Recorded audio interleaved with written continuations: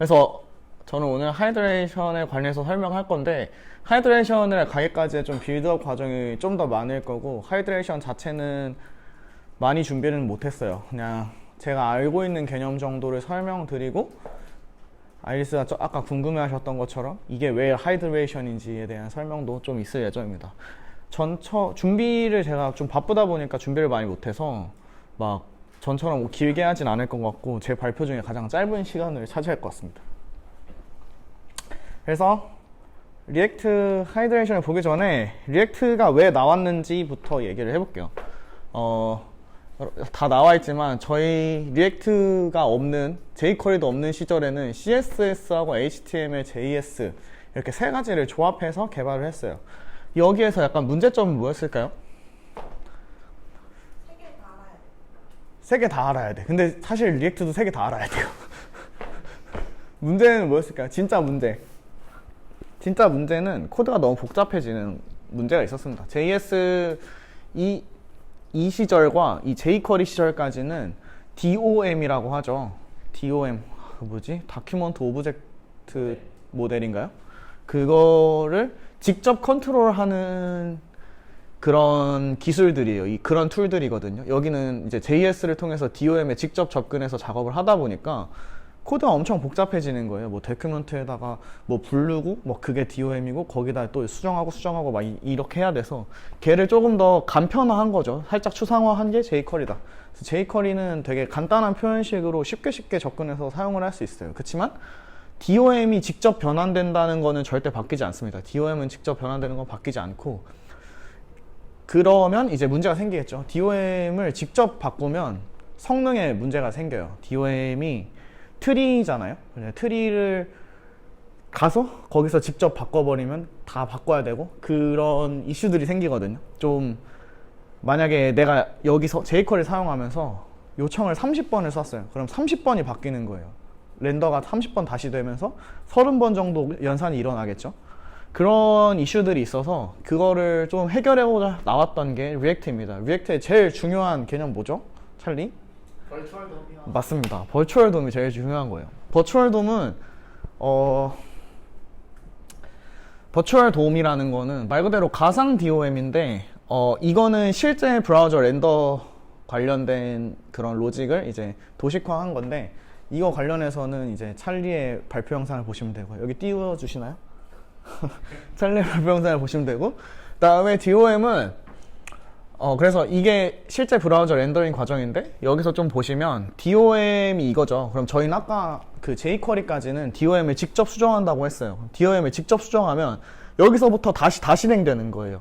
어태치먼트 실행하고 렌더 트리 그리고 레이아웃 그리고 페인팅하고 디스플레이 되는 것까지가 30번을 수정하면 30번이 일어나게 되는 거죠. 근데 그렇게 되면 그냥 생각만으로도 좀 느리다, 좀 그렇겠다 생각이 들죠. 그래서 버추얼 돔에서는 어떤 일을 하냐면 얘를 한 번에 하는 거예요. 만약에 유저가 30번의 변화를 1초 동안 할 수 있거든요. 클릭을 30번 눌렀는데 카운터가 30번 증가해요. 그런 것들 있잖아요. 이건 그냥 대충 예를 든 건데, 어쨌든 그런 일들을 한 번에 처리할 수 있게 해주는 게 버추얼 돔이다. 먼저 버추얼 돔의 변화를 적용시키고, 그 버추얼 돔의 변화를 한 번에 적용시킨 다음에 브라우저 돔으로 넘어와서 그 실제 적용은 딱 한 번만 하는 거예요. 버추얼 돔은 메모리 공간에 있고. 그러면은 성능이 많이 줄어들겠죠. 그냥 쉽게 얘기하면 버퍼입니다. 버추얼 돔은 그냥 버퍼의 역할을 하는 거예요. 버퍼로 작업을 딱 싹 모아놓고 한 번에 작업 실행, 약간 이런 느낌으로 되어 있는 게 이제 버추얼 돔이다. 근데 버추얼 돔도 브라우저 돔하고 여기 실제 돔하고 똑같이 비교하는 게 있을 거잖아요. 비교해야 되고 비교 연산이 될 거란 말이에요. 혹시 트리의 비교 연산, 트리 자료 구조의 비교 연산에 뭐라죠? 비고 노테이션, 뭐라 그러죠 그거? 시간 복잡도? 네, 시간 복잡도. 그래. 시간 복잡도가 어떻게 될까요? 어떻게 되는지 아시는 분? 어떤 교체를 말씀하시는 네, 건가요? 트리를 비교해서 교체하는 작업. 정도에 얘기하는 세제곱으로 5n 함승입니다. 그러면 1000번의 연산을 하면 아마 10억 번이 나올 거예요. 1000개의 연산을 하면 10억의 시간 복잡도를 가지게 되는 거죠. 말이 안 됩니다. 그냥 쓰레기예요.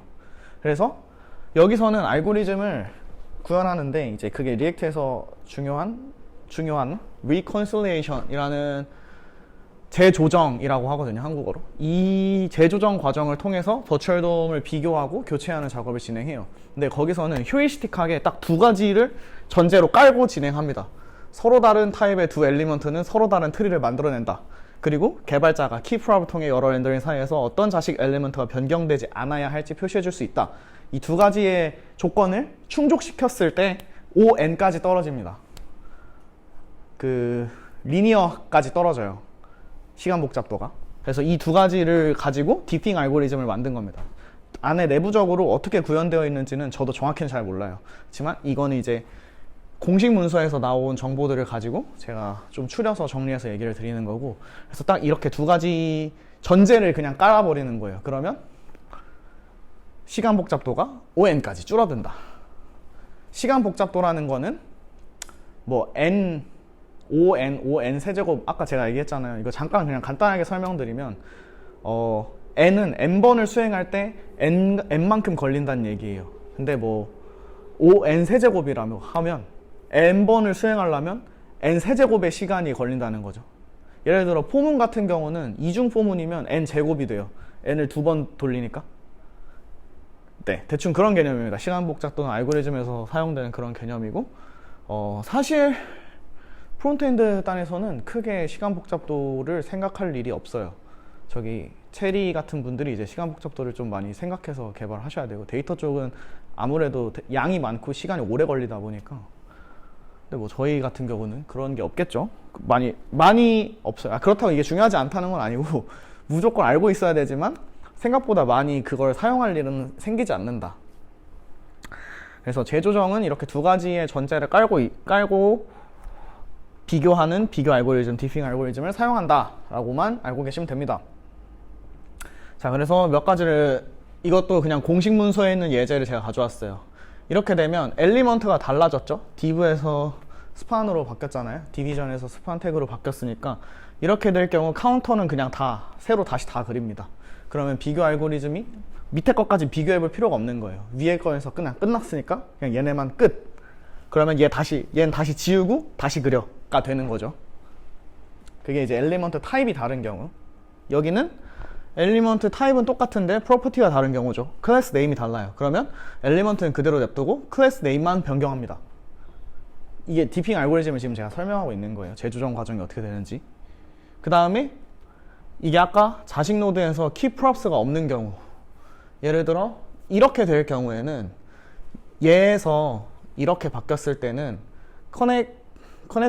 커네티컷이 위에 붙었잖아요. 그럼 얘가 1번이었고 얘가 2번이었어. 근데 얘가 지금 2번이 됐고 얘가 3번이 됐어요. 그러면 여기서 키 프롭이 없는 경우는 얘네가 다시 그려져야 돼요. 순서가 바뀌었기 때문에 얘네를 알 수가 없어요. 근데 키 프롭을 넣으면 어떤 게 다시 그려지지 않아야 되는지 알 수 있는 거예요. 2015번이나 2016번은 다시 그려지지 않아도 돼를 우리가 명시적으로 제공해 줬기 때문에 2014번만 다시 그리게 되는 겁니다. 그래서 이거 리액트 개발하면 엄청 많이 볼 거예요. 본 사람도 엄청 많을 거고. 그래서 여러분들 리액트에서 자식 노드에는 무조건 키 값을 넣어주세요.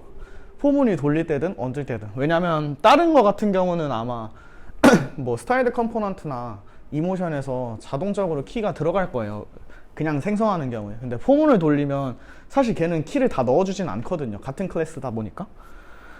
그래서 이런 오류가 뜨고 키 프롭이 성능에 좀 중요한 이슈가 된다. 아까 말했듯이 이 키를 넣는 게 휴리스틱하게 제공되는 전제잖아요. 그래서 이 전제를 지키지 않으면 알고리즘이 복잡해집니다. 그래서 어려워지니까 전제를 다 지키는 게 중요하다. 생각보다. 그래서 이런 재조정 과정을 거쳐서 버추얼 돔에서 새로운 변화가 반영되고 버추얼 돔에서 그 모은 그 결과들을 한 번에 다시 브라우저 돔으로 반영시키는 구조를 갖고 있습니다. 그게 이제 리액트 알고리즘의 핵심이에요. 가장 중요한 부분. 그래서 막 면접 질문에 이런 걸 많이 받았어요, 제가. 네. 키를 왜 넣어줘야 되냐? 키를 넣어주는 것과 넣지 않는 것이 무슨 차이가 있냐? 이런 질문도 많이 받았고, 네, 그런 질문. 그다음에 뭐 성능적으로 어떻게 하면 할 수 있냐. 다음에 중요한 게 이 리액트 성능으로서 진짜 중요한 부분이 여기거든요. 이 메모이제이션. 이 메모이제이션은 제가 지금 이것만 따로 설명해도 한 1시간은 설명할 수 있을 것 같아요. 이거 되게 중요하고 긴 개념이라서 그냥 살짝 뺐습니다. 조그맣게만 빼놨는데 메모이제이션이라는 건 리액트에서만 사용되는 개념은 아니고 제일 많이 들어본 거는 이제 코딩 테스트 준비해 보신 분들이라면 아시겠지만 DP에서 제일 많이 쓰이죠. 메모이제이션은 DP라는 거의 핵심이고 동적 계획법의 핵심이고 결론은 이전에 계산한 값을 메모리에 저장하고 걔를 불러오는 거죠. 그냥 캐싱해 놓고 새롭게 얘가 저장되어 있는 애를 불러서 연산을 다시 하지 않는 그런 기술입니다. 기술이라고 해야 되나요? 뭐 어쨌든 그런 건데 그래서 리액트에서는 메모이제이션을 할 수 있는 방법이 이렇게 대표적으로 세 가지가 있습니다. 리액트 메모, 유즈 콜백, 유즈 메모. 간단하게만 설명을 드리면 리액트 메모는 이제 하이어 오더 컴포넌트예요. 고차 컴포넌트라서 컴포넌트 단위로 얘를 메모이제이션 할지 안 할지를 결정하는 그런 친구고요. 유즈 콜백은 함수입니다. 어떤 함수를 메모이제이션 할지 안 할지에 대한 그런 유저 콜백. 그리고 유즈 메모는 함수에 대한 결과값을 저장하느냐 저장하지 않느냐 이렇게 세 가지 경우가 있어요. 그러면 여기서 그런 이 면접에서 진짜 이 질문이 제일 많이 나오는데 그러면 유즈 콜백을 감싸면 왜 감쌌는지 유즈 콜백을 안 감쌌으면 왜 안 감쌌는지에 대한 설명이 필요해요. 모든 함수 그리고 모든 변수 그리고 모든 컴포넌트를 메모이제이션 한다는 거는 옳을까요? 옳지 않을까요? 그때그때 달라요. 그쵸. 그때그때 달라요. 그렇지만 이게 되게 재밌어요. 맨 처음에는 배울 때는 이제 메모이제이션을 해야 된다. 그런 걸 처음에 많이 배워요. 그 다음에 좀 이제 연차가 쌓이면 메모이제이션을 늘 하는 거는 메모리에 낭비가 된다. 이런 말이 있거든요. 왜냐하면 얘도 결국에는 메모리에 저장해서 다음 실행 속도를 빠르게 하는 건데 예를 들어 뭐 A 플러스 B 같은 연산이에요. 유즈 콜백이 A 플러스 B에 대한 연산이야. 근데 얘는 A 플러스 B라는 연산은 그렇게 성능이 심하게 차이나는 그런 연산들이 아니거든요. 근데 그 연산을 매번 메모이제이션해서 메모리 공간을 차지하게 만드는 거죠. 그러면 얘는 성능이 그렇게 좋진 않을 거잖아요. 그러면 걔는 메모이제이션 하지 않아도 되는 애예요. 그래서 메모이제이션 하지 않아도 되는 애와 해야 되는 애를 구분해야 된다가 두 번째 단계거든요. 근데 요즘에는 그런 것도 있어요. 정말 전부 메모이제이션을 하는 게 진짜 성능이 안 좋을까? 라는 의견도 있어요. 그래서 이 의견은 굉장히 분분합니다. 의견이 좀 분분하고 하지만 제 생각에는 적당히 잘 해야 된다. 근데 모르겠으면 그냥 감싸라. 저는 그렇게 판단합니다. 잘 모르겠으면 감싸는 게 맞고 근데 알겠다. 내가 이거 왜 감싸고 왜 안 감싸는지 내가 이유를 알겠다 하면 감싸지 않으셔도 돼요. 근데 대부분 면접에서는 막 감싸면 욕을 먹을 거예요. 잘 안 감싸는 거를 잘 생각해서 감싸셔야 됩니다. 면접을 보실 거면은 리액트 관련 면접을 보신다고 하면 저는 많이 먹었습니다. 욕은 아니고 어쨌든 거기서 많이 감점이 된 것 같아요. 그런 것들이 있었어요. 그래서 네 그렇습니다. 얘는 그러면 굳이 설명하진 않았지만 유즈 콜백이나 유즈 메모는 디펜던시 어레이에 이제 참조값들을 넣죠. 거기에 의존 있는 값들을 넣고 걔네가 변경되면 다시 새롭게 함수를 정의하거나 새롭게 변수를 값을 가져오는 그러니까 그 안에 있는 계산을 다시 실행한다를 디펜던시 어레이를 같이 줘갖고 그거를 명시해주고 리액트 메모 같은 경우는 없으면 그냥 기본으로 저장이고 r equal이라는 함수를 제공해요. r equal이라는 함수를 잘 정의해서 콜백으로 넘겨주면 그 equal 함수가 아닌 경우에 그러니까 걔가 equal 하지 않은 경우겠죠. r equal이니까 equal 하지 않은 경우에는 렌더링을 하고 equal한 경우에는 렌더링 하지 않습니다. 그러니까 r equal이 true인 경우에는 같으니까 메모이제이션 한 값을 가져오고 r equal이 false인 경우에는 메모이제이션 하지 않고 원래 다시 계산을 해서 다시 가져온다.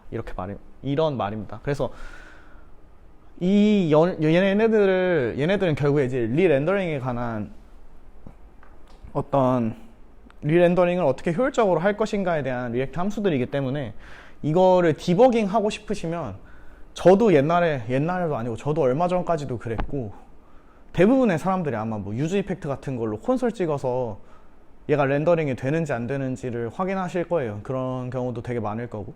근데 그거 말고 디버깅 툴을 쓰시는 걸 추천드립니다.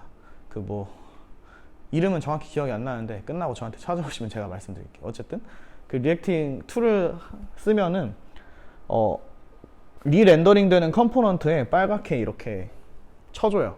내가 어떤 액션을 할 때마다. 그럼 그걸 보고서 아 이걸 누를 땐 얘는 리렌더링 될 필요 없는데 뭐가 문제지? 하고 가서 찾아봐서 디버깅 할 수 있으니까 디버깅 툴을 쓰는 걸 훨씬 추천드립니다. 그게 훨씬 더 좋을 거예요. 한 페이지였지만 굉장히 설명이 많았어요. 어쨌든 이 한 페이지로 축약할 겁니다. 더 이상 메모리제이션은 나오지 않을 거예요. 어쨌든 얘는 면접 단골 질문 그리고 리액트 성능 최적화의 되게 핵심인 부분이다. 다음은 하이드레이션을 설명하기 위해서 CSR과 SSR을 좀 설명드릴 거예요. CSR은 뭘까요? 뭐 해주는 말일까요? 클라이언트 사이드 렌더링. 네, 맞습니다. 클라이언트 사이드 렌더링. 너무 쉽죠? 클라이언트 사이드 렌더링. 클라이언트 사이드 렌더링은 말 그대로 클라이언트 사이드에서 렌더링 해준다는 뜻이거든요. 그러면 좀 그림을 좀 해석을 해볼게요. 얘는 서버에서 HTML 파일하고 이렇게 딱 넘겨줘요. 그 다음에 JS 파일도 넘어와. 그리고 리액트로 브라우저에 연산을 해서 그림이 딱 나오는 거예요. CSR은 결국에는 브라우저 엔진을 사용해서 그림을 그린다는 거예요. 그러면 당연히 초기 로딩이 되게 길겠죠. HTML도 받고 JS도 받고 리액트로 연산도 다 해야 처음에 렌더가 딱 되니까. 그러면 초기 로딩이 엄청 길어져요. 예로 우리 서비스의 에디터가 굉장히 오래 걸리는 이유, 처음에 그려질 때 CSR이라서 그렇습니다. 반면에 SSR은 서버 사이드 렌더링이에요. 서버 사이드 렌더링은 많이들 들어보셨죠? 요즘에 뜨고 있고, 사실 원래 옛날 전통적인 앱들은 다 서버 사이드 렌더링이라고 보셔도 돼요. 왜냐면 HTML을 서버 쪽에서 그려서 HTML만 그냥 샥 넘겨주기 때문에. 뭐 옛날에 PHP 써서 막 개발하고 그럴 때 얘기를 하고 있는 거고, 보시면 얘는 처음에 HTML을 넘겨줘요. HTML로 기본적인 뼈대를 그려줍니다. 기본적인 뼈대를 그려주고 HTML 바로 넘겨줘요. 그러면 브라우저는 JS를 가지고 렌더를 하는데 이미 여기서 그림이 그려진 게 넘어왔기 때문에 여기서 그려지는 거예요. 여기서 그려진 상태로 넘어와요. 그리고 리액트가 이렇게 슉슉슉슉 다시 그려요. 그리고 브라우저에 보여집니다. 제가 방금 슉슉슉슉 이라고 했는데 이 과정이 바로 하이드레이션이에요. 슉슉슉슉. 왜냐면 여기서는 뼈대밖에 안 넘어왔죠. 넘어온 뼈대에 살을 붙인다. 그래서 물을 준다. 그 뼈대 자체에다가 이제 물을 줘서 애가 이제 좀 풍성해지게 하는 그런 표현으로 하이드레이트라고 합니다. 얘는 원래 리액트에 있는 함수고요. 원래도 16 버전인가부터 있었을 거예요. 그래서 하이드레이션은 HTML 뼈대에다가 JS를 붙이는 작업을 하이드레이션이라고 그래요. 서버 사이드 렌더링에 대해서는 아까도 얘기했지만 데이터를 가져오고 HTML 그리고 JS를 가져오고 하이드레이트를 합니다. 하이드레이트는 아까도 말했지만 그 수분을 붙이는 과정인데, 이 하이드레이션이라는 것 자체가 설명하기 좀 어렵네요.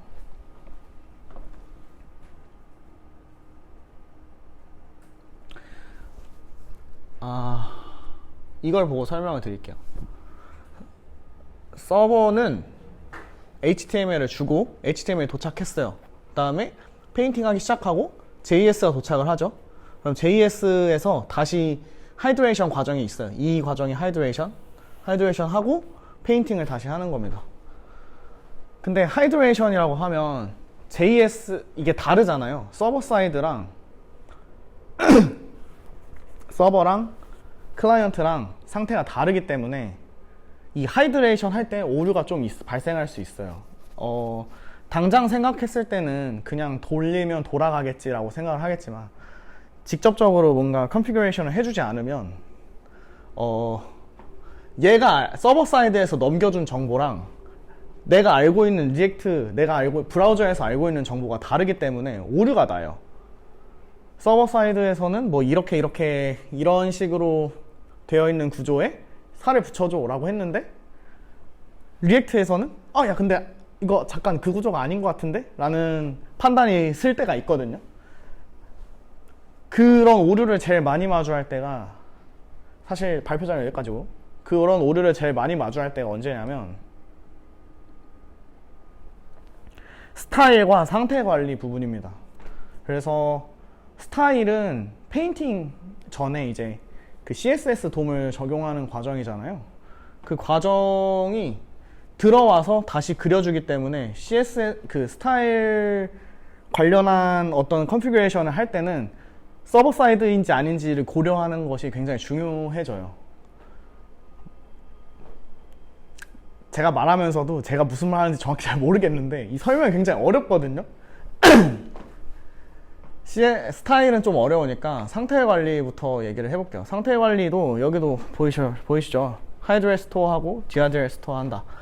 이 초기 상태를 SSR이기 때문에 초기 상태를 리액트에 넘겨주는 작업이 필요해요. 이니셜 데이터를 만약에 서버 사이드 렌더링의 되게 좋은 점은 데이터를 미리 패치해 올 수 있다는 거거든요. 프리 패치한 데이터를 넘어가서 클라이언트 사이드랑 맞춰봐야 되는 거예요. 그 맞추는 과정에서 디하이드레이트가 필요해요. 서버 사이드에서 프리 패치하고 걔를 디하이드레이트 한 다음에 걔를 다시 넘겨줘요. 클라이언트 사이드로. 그럼 클라이언트 사이드에서는 걔 나름대로 패치를 해요. 근데 내가 패치한 게 얘가 지금 디하이드레이트 한 거랑 맞는지를 확인해요. 그걸 리하이드레이트라고 하는 거예요. 다시 리하이드레이트 하고 그래서 얘는 맞다 이렇게 그려주는 그런 과정이 필요하거든요. 그런 전반적인 과정을 다 하이드레이션이라고 하고 있습니다. 그래서 이 하이드레이션은 리액트만 할 때는 사실 중요하지 않고 서버 사이드 렌더링, 서버 사이드 제너레이션이라고 뭐죠? 그거 만들어지는 거 SSG를 사용할 때에 많이 사용하는 개념이에요. 하이드레이션은. 그래서 서버 쪽이랑 클라이언트, 쉽게는 서버 쪽이랑 클라이언트의 데이터를 맞춰주는 작업이라고 생각을 하시면 돼요. 그 맞춰주는 작업 속에서 하이드레이션이 필요하다 정도까지만 이해를 하고 계시면 됩니다. 그래서 네. 저는 클라이언트 사이드에서는 HTML 다운받았고 JS 다운받았고 결국에는 클라이언트에서 이제 처리를 하는 거잖아요. 서버 사이드는 서버에서 조금 처리를 해주고 그쵸. 주는 거고. 네. 근데 이제 디하이드레이트를 한다는 거는 이게 처리를 하고 그냥 주면은 안 맞을 수도 있으니까 디하이드레이트를 한 다음에 검증할 수 있도록 클라이언트 쪽에서 검증할 수 있도록 네, 그쵸. 그렇게 주는 건데 그렇게 하는 이유는 그게 더 빨라서 하는 이유 사실 이것도 두 가지 방법이 있긴 하거든요. 그냥 서버 사이드에서 데이터를 아예 패치를 해요. 그래서 그냥 뿌려주는 경우도 있어요. 근데 그게 데이터가 아니라 초기 상태인 경우도, 예를 들면 뭐 이니셜 어떤 상태 관리 라이브러리 같은 걸 쓴다고 하면, 리덕스든 리코이드든 쓴다고 하면 그 초기 상태가 있을 거잖아요. 그럼 초기 상태를 서버에서 결정해서 그냥 넘겨줄 수도 있어요. 그냥 프로퍼티로. 근데 프로퍼티로 넘겨줄 경우에는 프로퍼티 드릴링이 발생하거든요. 그 상태가 필요한 애들까지 쭉쭉쭉쭉 프로퍼티가 내려가야 돼요. 그런 이슈들이 좀 있고, 그리고 뭐 좀 개발자스럽지 않다는 느낌이 있죠. 약간 리액트 쿼리 RQ를 사용하면 디하이드레이트하고 하이드레이트하는 과정이 되게 명백하게 나와 있거든요. 근데 저도 정확히 왜 그런 방식으로 진행하지? 라고 묻는다면 면접에 또 떨어지겠군요. 그 부분을 다시 준비해 봐야 될 것 같습니다. 그럴 것 같네요. 어쨌든 저도 사실은 그 부분이 되게 의아스러웠는데 누구도 명백하게 얘기해 주는 게 없더라고요. 열심히 찾아봤는데. 그래서 굉장히 답답했습니다. 사실 제가 지금까지 말한 부분들은 그냥 쉽게 찾을 수 있어요. 제가 발표 준비가 잘 안 됐다고 얘기한 것도 이런 부분들은 그냥 좀 서칭해 보면 하이드레이션이 뭐고 이게 뭐고 저게 뭐고 리액트를 좀 아는 사람이면 금방 이해할 수 있거든요. 근데 이걸 실제로 어떻게 쓸 건데? 라고 얘기하면 되게 어려워요. 상태 관리 쪽에서도 컨피그레이션 해줘야 될 게 엄청 많고 CSS도 그냥 안 되죠. 그 넥스트 13 나왔잖아요. 넥스트 13에서 뭐 이모션을 쓴다거나 스타일드 컴포넌트를 쓴다거나 할 때 여러 가지 설정 작업이 필요해요. 그런 과정들이 필요한 이유가 다르기 때문에 이런 이 하이드레이션 이슈가 있기 때문이거든요. 그렇습니다. 그래서 뭐 오늘 발표는 되게 좀 미비한 부분이 있었는데 여기까지 진행할 것 같아요. 혹시 질문 있으시면 질문하셔도 될 것 같아요. 혹시 그 SSR이랑 CSR이랑 그 부분을 제가 완벽하게 이해를 못했는데 아, CSR이랑 SSR이요? CSR은 브라우저 엔진으로 렌더링 하는 거예요. 그러면 초기 HTML 파일이 없어요. HTML 파일은 어떻게 생겼냐면 이렇게 메타 태그 좀 있고 그 바디 태그 안에 메인. 스크립트로 메인만 딱 있습니다. 그럼 메인을 그냥 메인.js를 그냥 받아오는 거예요. 메인.js를 HTML에서 그냥 부른 거고, 그러면 그 메인.js의 연산 관련된 건 전부 브라우저 엔진으로 진행이 되는 거예요. 그러면 여기 모든 과정 다 브라우저에서 진행이 되는 겁니다.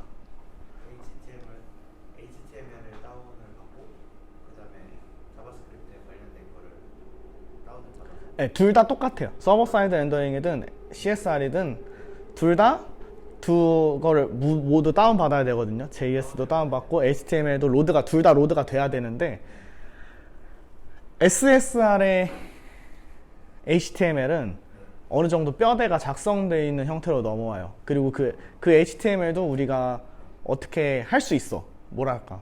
좀 커스터마이징 할 수 있다 그래야 되나.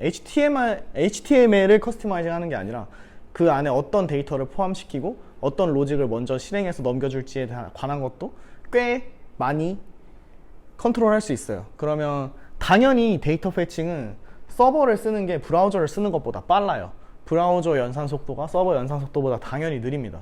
브라우저는 애초에 브라우저 자체가 응용이잖아요. 브라우저 자체가 되게 하이 레벨의 프로그램이기 때문에 당연히 느릴 수밖에 없어요. 서버 컴퓨터에서 직접 돌아가는 것보다는. 서버 사이드는 컴퓨터에서 직접 돌리는 거고. 그럼 데이터 패치를 서버 사이드에서 하는 게 좀 더 빠르겠죠. 당연하게도.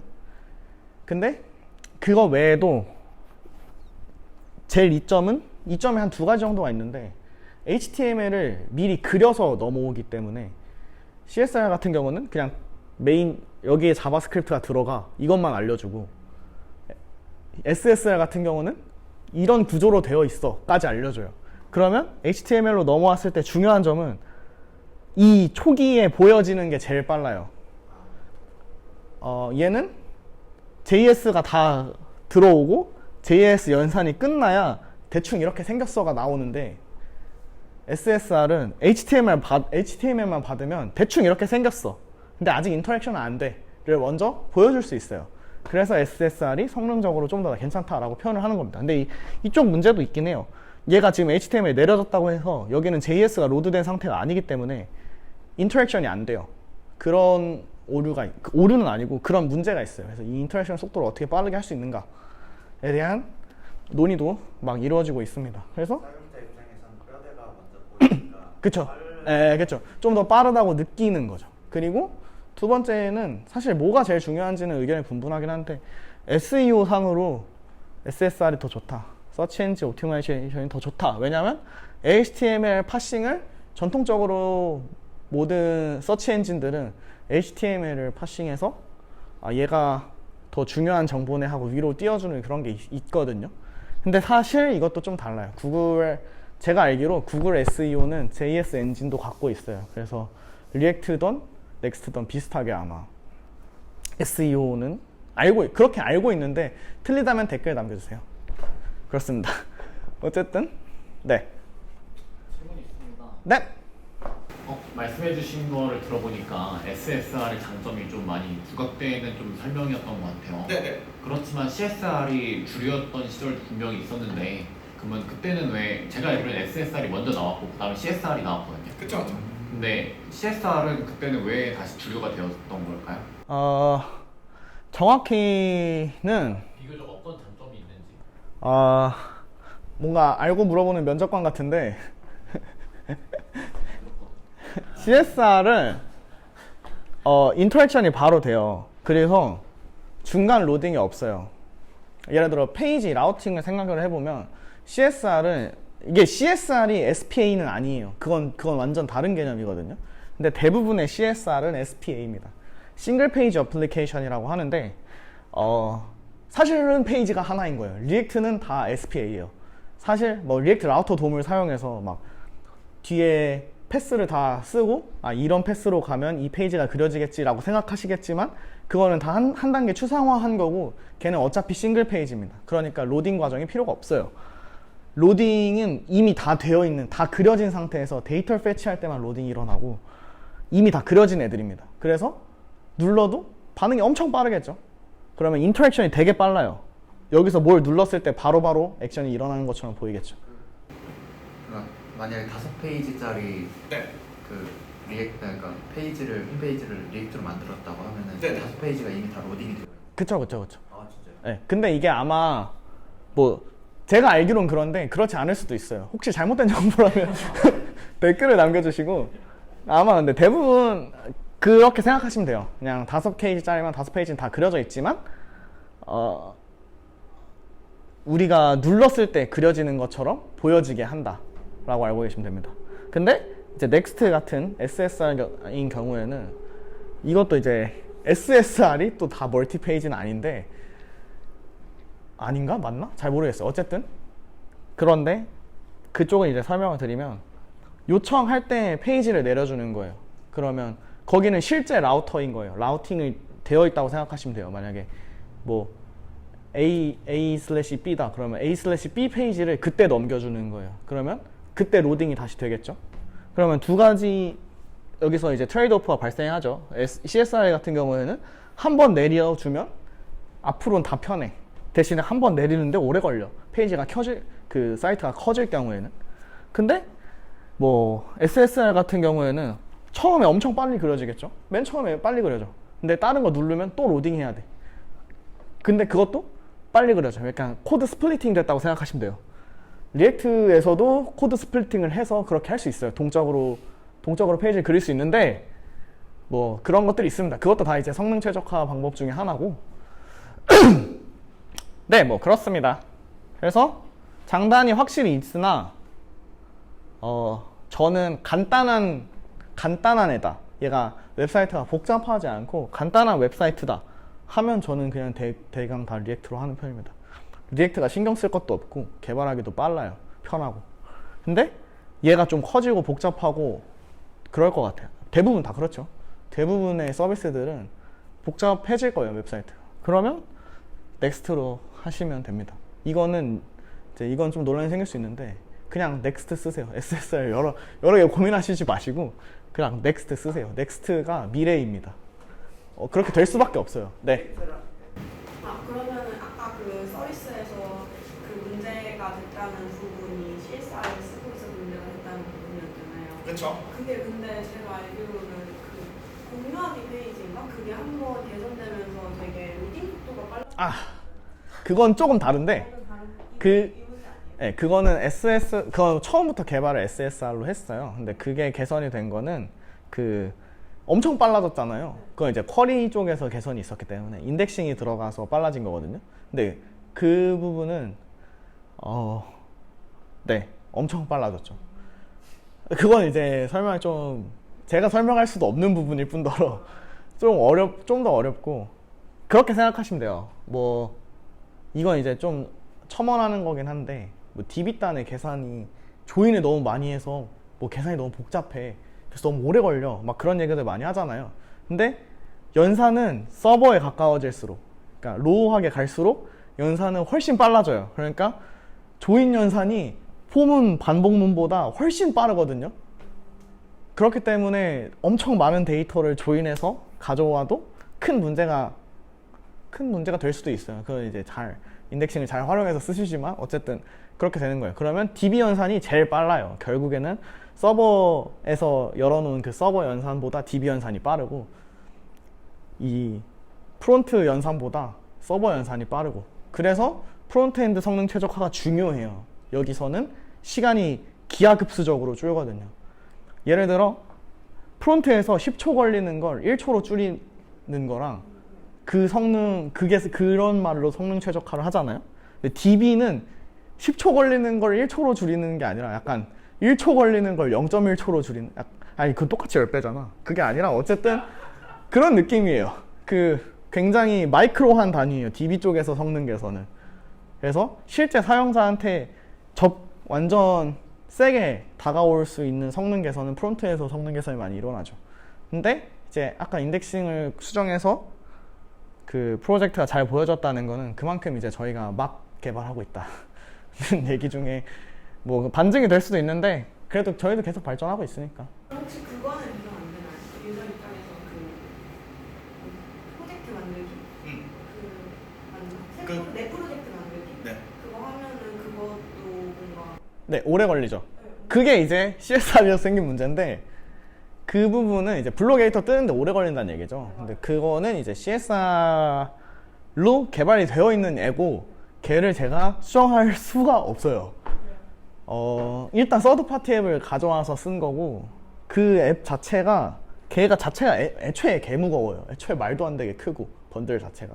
근데 그걸 또 저희 입맛에 맞게 이렇게 저렇게 바꾸다 보니까 점점 더 커지고 부채만 계속 쌓여가고 있는 거죠. 그래서 그거를 할 겁니다. 그거 저 지금 하는 프로젝트 끝나고 걔 개선하는 작업을 할 거예요. 그거를 걔를 어떻게 렌더해야지 더 빨리 될 수 있을지에 관한 작업이 진행될 거고 그 스택을 좀 가져오는 스택을 저희 쪽 스택으로 가져오는 작업을 진행할 거고 실제로 뭐 그 일환 중에 하나로 링크 작업을 하고 있고 그런 겁니다. 네, 이거는 이제 너무 회사 얘기네요. 컷. 네. 리액트랑 넥스트랑 아예 다른 거? 아니요, 같은 놈이에요. 리액트를 갖고 프레임워크화 시킨 게 넥스트예요. 네, 넥스트는 버셀에서 만든 거고 그래서 리액트에 굉장히 의존적입니다. 네, 맞아요. 같아요. 같다기보다는 교집합이 리액트죠. 좋습니다. 그럼 발표 여기까지 해도 될까요? 여러분 너무 고생하셨고 저는 두두였습니다. 충성!